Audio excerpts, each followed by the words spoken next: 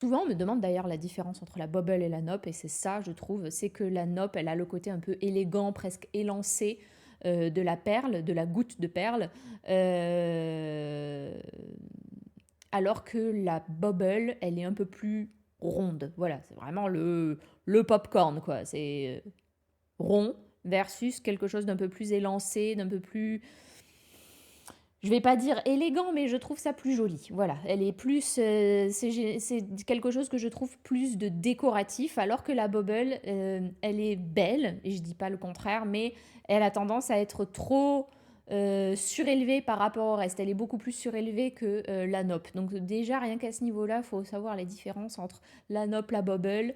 Et on va dire, il y en a même qui disent le popcorn qui est un peu à part, qui est plus petit que la bubble.